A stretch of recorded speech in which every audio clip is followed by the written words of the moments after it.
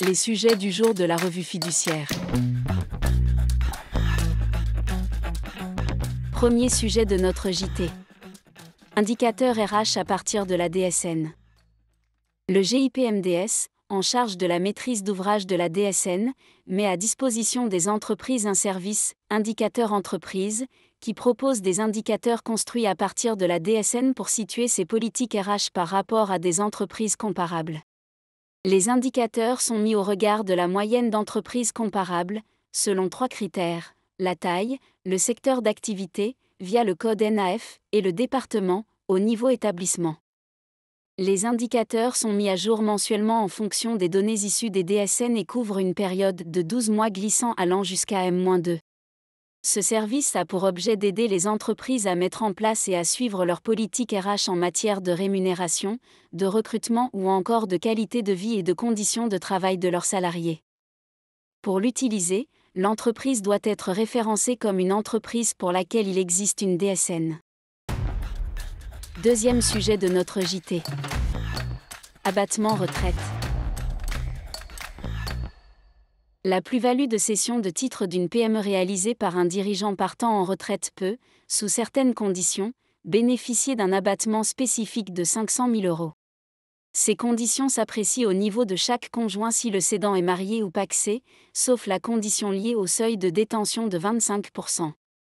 Par ailleurs, en cas d'option pour une imposition de la plus-value au barème progressif, la plus-value peut bénéficier d'un abattement pour durée de détention.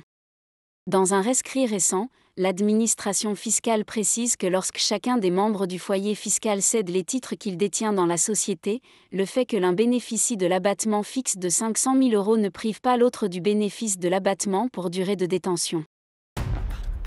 Troisième sujet de notre JT. Des limites à la liberté statutaire des SAS ? Ce qui caractérise le plus la SAS est la grande liberté qu'elle offre dans la rédaction de ses statuts. Ainsi, on peut déterminer librement la forme et les conditions selon lesquelles les décisions collectives seront adoptées par les associés d'une SAS. Pour autant, le Code du commerce impose que les décisions suivantes doivent être prises collectivement. Augmentation ou de réduction de capital. Fusion ou scission. Dissolution.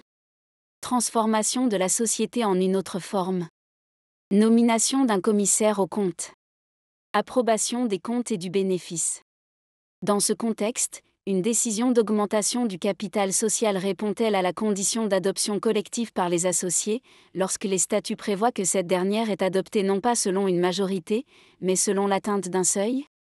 C'est la question à laquelle les juges ont dû répondre.